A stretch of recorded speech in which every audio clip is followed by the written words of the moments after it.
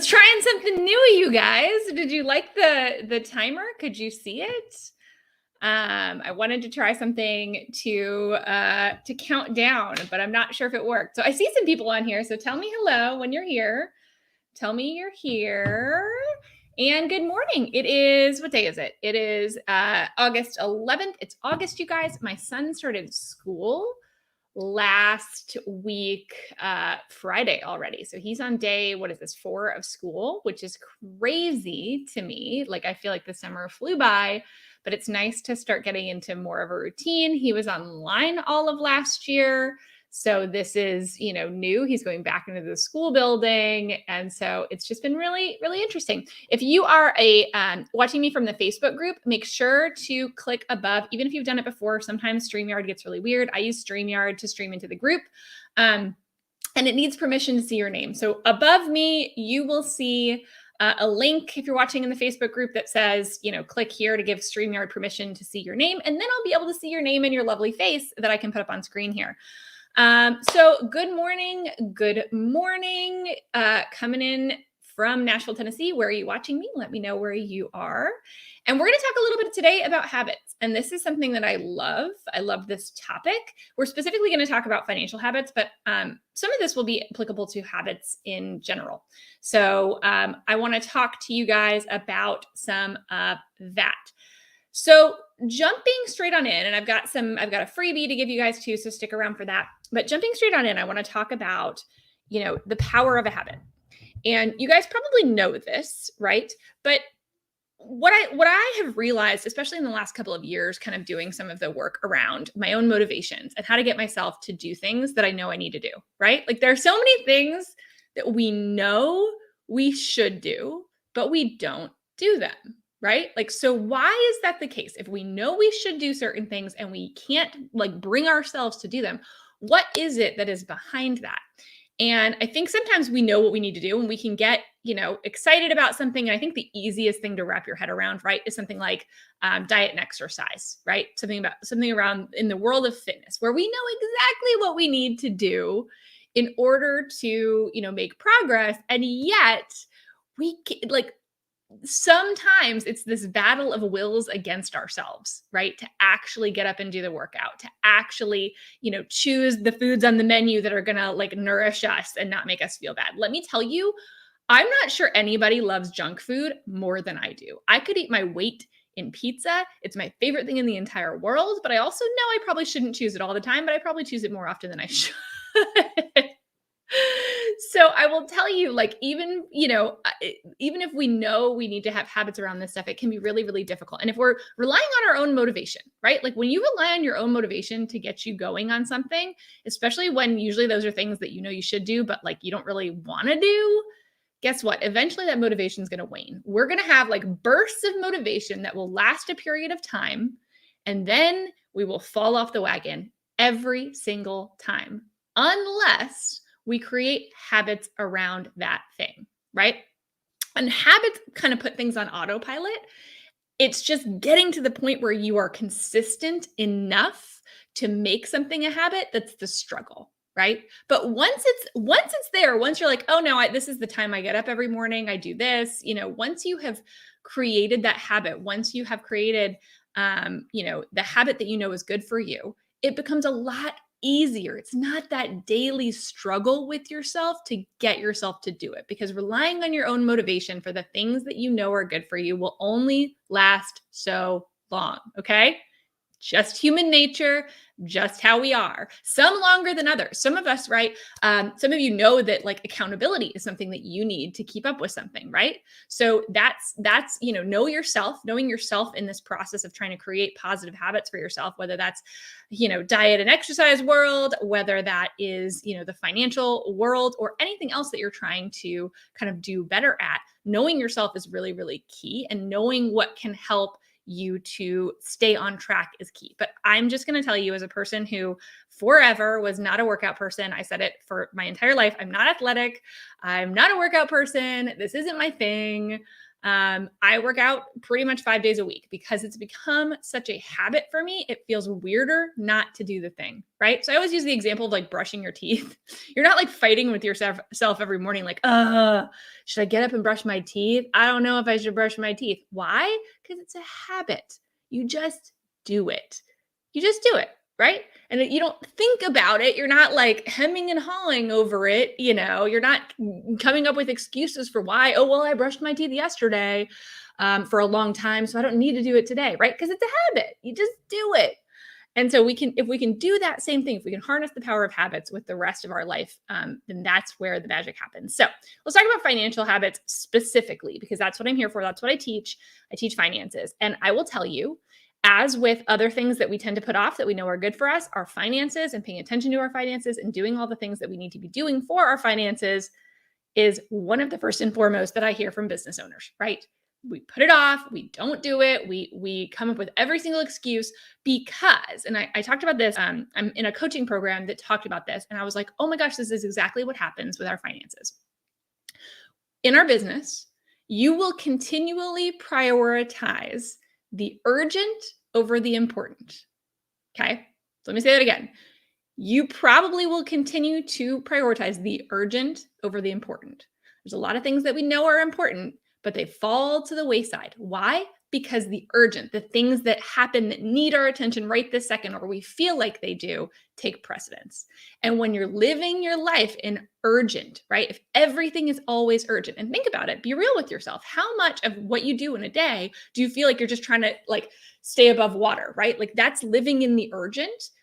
And then that takes us away from the important. We're not doing the work behind the scenes to really make it so that things don't become urgent in the future. We're just living in this urgent place all the time instead of, taking the time to set up the processes and the systems and the habits such that you have less things that come up on the urgent side. Right. So we will continually give precedence, give priority to the things that are urgent that we feel like need our attention right now, and put aside the important.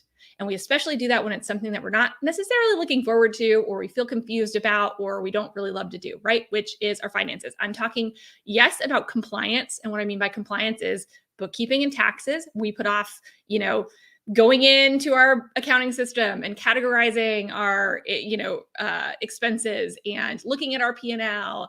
And, even the strategic parts of that we will put off as well, because it's harder to make those strategic decisions and look at your financial statements if they're not up to date. So we will continually put that aside and say, oh, I'll get to that later. I'll get to that later. I'll get to that later for eternity. For eternity, we will do this. And so that's something that I'm really, really passionate about changing that, right? But how do we change it? How do we change it? Now, April, you're like me, right? Like I love this stuff too. So I don't put that off at all. Now, what's funny is I will sometimes put off some of the more compliance related things, right? Like, so some of the more just like rote tasks around my finances, I really don't like to do, like receipt stuff, like, it's not my favorite thing in the world. So I have to have those habits ingrained in myself in order to prevent, being at August and realizing like I have not, put my receipts anywhere and I don't have anything, any system for anything. And now I got to go back 8 months and figure out what to do, right? I have to do that for myself. I love the strategy. I love the numbers. I love looking at my numbers. And you know what else I love? I love paying myself. Like I bet you do too. So one of my tips I will give you up front here about how to create financial habits, right, is take the thing you don't want to do. Take the thing you don't want to do. And this is called habit stacking. Okay. Take the thing you don't want to do and put it with something you do want to do. Put it with something you do enjoy and put them together and say, when I do this, like in order for me to do this, maybe I have to do this first, right? Like make rules for yourself. If that works for you, again, know yourself. If you're like a rule breaker, even your own rules, like maybe this won't work. I am very much a rule follower. So like, give me a rule as long as I understand the why behind the rule. I need to understand the why, but if I understand the why, I will adhere to the rule. And so habit stacking works really, really well for me. I can't do X unless I do X. I do this to myself all day long, right? Like I can't go have the lunch I can't go eat my lunch until I've finished XYZ from work, right? I can't do so I create these rules And that has really helped keep me on track and keep me productive, and keep me from wandering, right? So when it comes to finances, what does that mean? Well, if you want to pay yourself money, right? If you want to pay yourself money, the rule that you can couple with that is, okay, in order to pay myself, I have to have gone in and made sure that I have categorized my income and expense. Or if you have a bookkeeper, right? I have gotten my P&L and looked at it and analyzed it, right?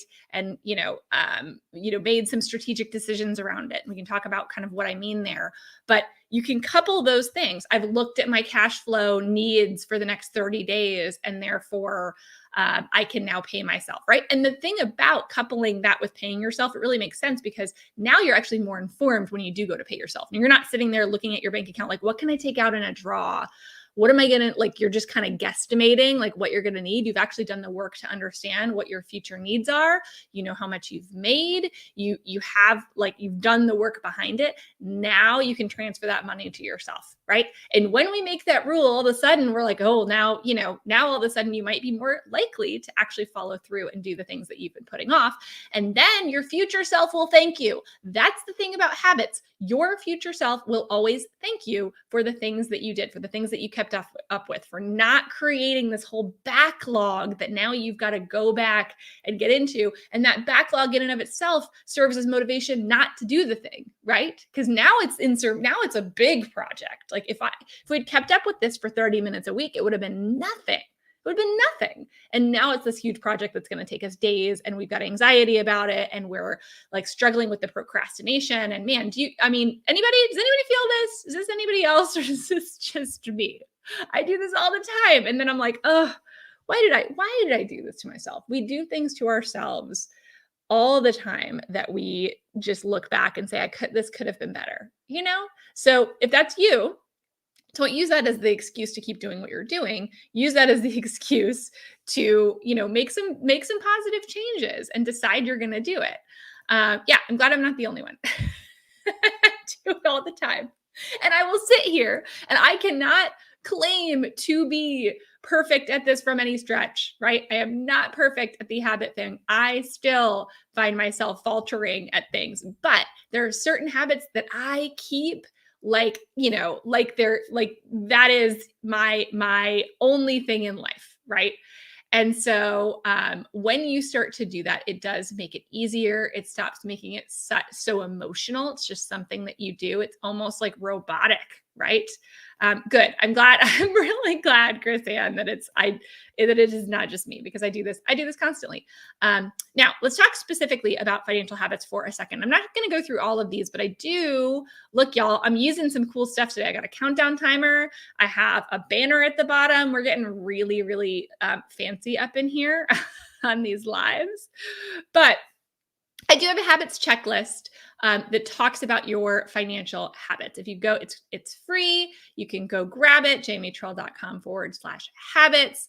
And on this checklist, you're going to see from a financial perspective, some of the main tasks. Now, this one is not fully, it's not everything, because then it would be a lot, right? We cover a lot more in my financial fitness formula course. We have a whole module on habits, and we go into more depth, and there's more, PDFs and guides and checklists to help you. But this is kind of one to just look through this, and it'll tell you daily, weekly, monthly, quarterly, and annually, the main things you should be doing. Okay. So it's going to talk about compliance from the standpoint of what you need to be doing with your bookkeeping, your account reconciliations, paying your taxes, right? What I recommend doing each and every week or month, and then quarterly what you should be doing. And you'll notice that the more like daily, weekly, and some of the monthly tasks are a little bit more kind of like, those tend to be, I don't want to say boring. April's going to get mad at me because I'm going to say boring, but those tend to be the more like data entry and that kind of thing, where it's the stuff you have to do, right? To keep up with your taxes, to have access to the information you need. But the key then is once you have that, if you're doing those habits or you're paying someone to do them for you, right? Y'all get a bookkeeper. Check out my preferred vendors list. Somebody dropped the link. But seriously though, because you're doing those habits, then that will allow you to also put into practice some more strategic habits. And those are my favorite. Those, if I could just spend my life doing like data analysis and strategy stuff with numbers, right? That would be, well, that is what I do. That is what I spend my life doing actually for other people. So that is what I do. I teach, how to do that and how to strategically understand your numbers and use them to make the decisions in your business. And what I mean by that are you're making strategic decisions about how to price your products and services, maybe how to bundle those products and services, maybe even what offers you need to be making. Right? You're also using that information to look at your costs. Are you getting a return on investment on the money that you're spending within your business? Or is it just money being spent that isn't actually yielding anything? Right? So it's all of those different types. What's the mix, as we call it, the mixture of different products and services that you're selling? What are the profit margins of those? All of that stuff, that is my jam. That is what I love. And if you don't have access to the data and you're not keeping up with the data regularly, you're not going to have the data necessary to make those decisions in your business. And those data-driven decisions are the thing that's going to take your business to the next level, right? I will tell you, any million or 10 million, whatever big businesses, they know their numbers. They know their numbers. And they are actively likely acting as, the CFO of their own business. And so that's what I teach business owners is how to claim the role of CFO, right? Because you probably don't have a CFO on staff. They're pretty dang expensive. So if you're a small business owner, typically you're your own CEO, right? And your own CFO, unless maybe you have partners and then you kind of split up the duties. But typically most solo business owners are going to be their own CEO and their own CFO. And the idea of being your own CFO maybe isn't something you've ever thought about before, but you're making those financial decisions in your business, right? Your CEO is going to lean into the gut. They're going to say like, here's all the great ideas that I have. And your CFO sometimes is going to have to be the buzzkill that says, well, actually the data says that's not a great idea, but here's what might be a great idea. But when your CEO has an idea, right? Your CEO says, I think we need to offer this kind of product. And your CFO looks at the data and understands how to read it and says, actually, like, I think that's probably going to work. That is where the magic happens. That is where you find, real synergies. That is where you can figure out, what your next best step in your business is. But you have to know the data and you have to be keeping up with it. You have to be developing these habits. I have Money Mondays. I love my Money Mondays. Those of you, I don't know if there's anybody in here who's in CFO Accelerator. Let me know if any of my CFO Accelerator, you have to have gone through my financial fitness formula program. It's a course. We're opening it again soon. You have to have gone through that to be able to join my CFO Accelerator, which is an accountability program.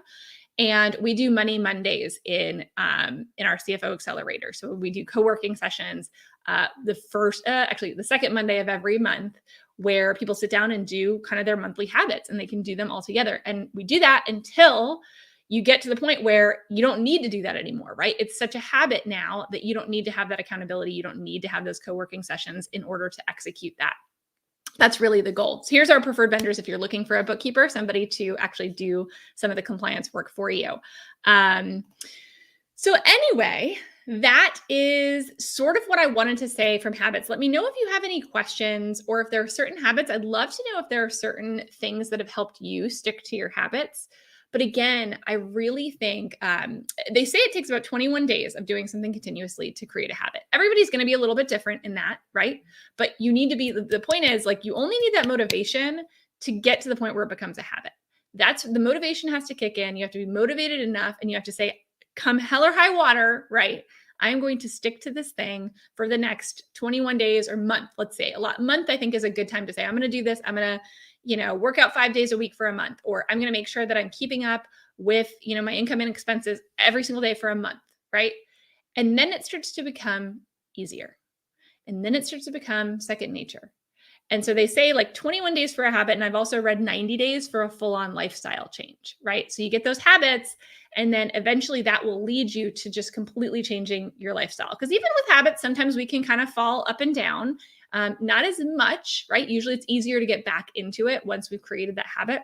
But once you've created the lifestyle change, that is when now all of a sudden, that's just who you are. It becomes a part of you, and you're not going to change that. You're not just going to default back to what you did before just because it's easier, because now you've changed almost your own identity and who you are as a person.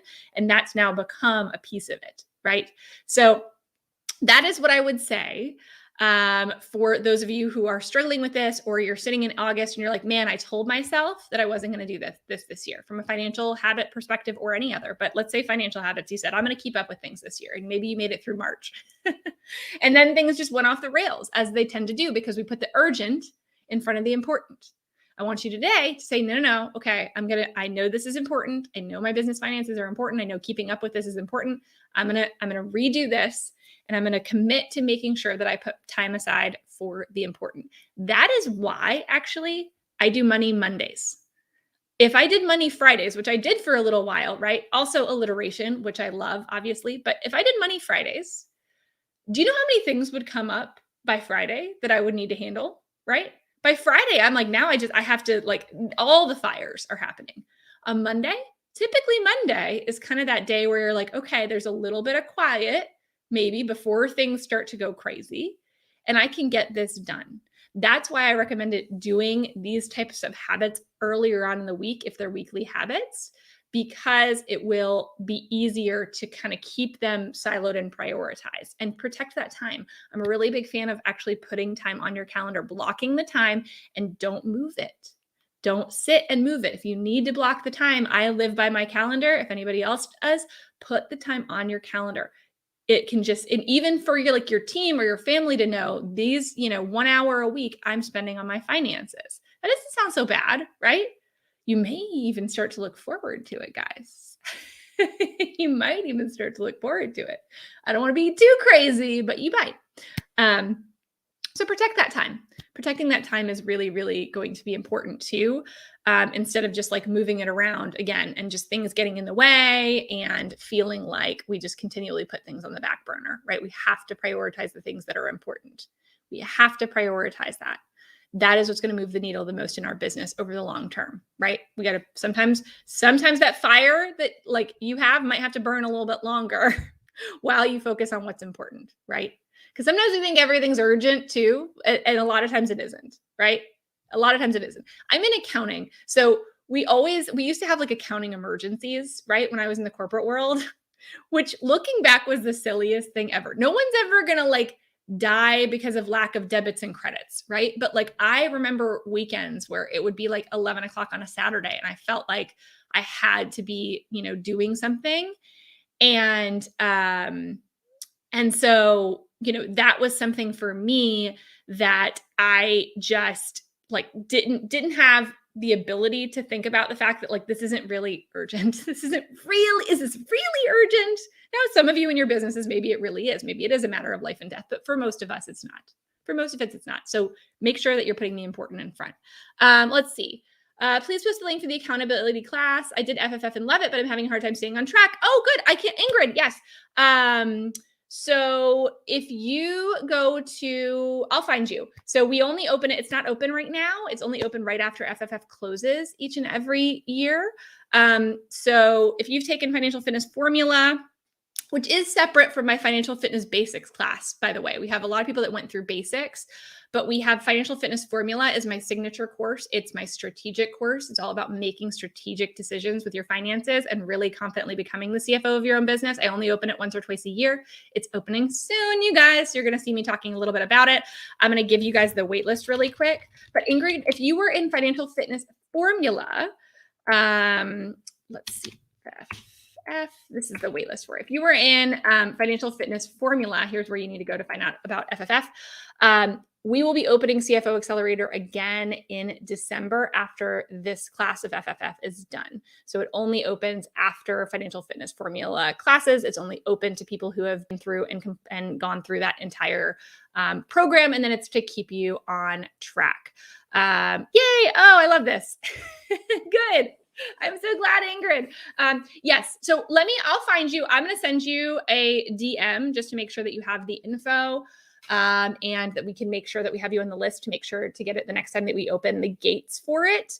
But it's been really great. We do Money Mondays, and then we have strategic meetings every single quarter as well, where we get together and kind of make those more strategic decisions.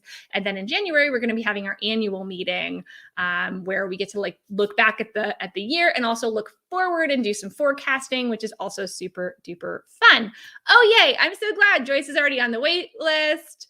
Ingrid says, sign me up. Okay, cool. I will find you, Ingrid. Don't you worry.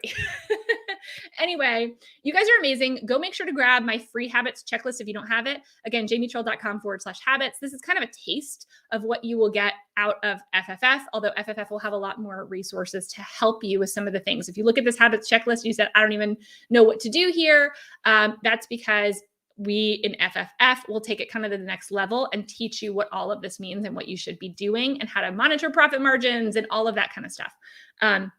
So make sure you're paying attention. Again, we have a couple more weeks and then we are going to be opening doors. The doors are only open for a week, and make sure you're on the wait list because we do put our wait list. We do give some extra special things that we only offer to our wait list. So this is just, you're not committing to anything by going on the wait list. You're not saying I'm definitely going to buy it. But you do get some special perks for being on the wait list. So I'll just say that. Okay, guys, y'all are amazing. I love you. I'm trying to keep it shorter, under my 30 minutes. So let me know if you guys have questions, and I will be back here next Wednesday. I'll talk to you later. Bye.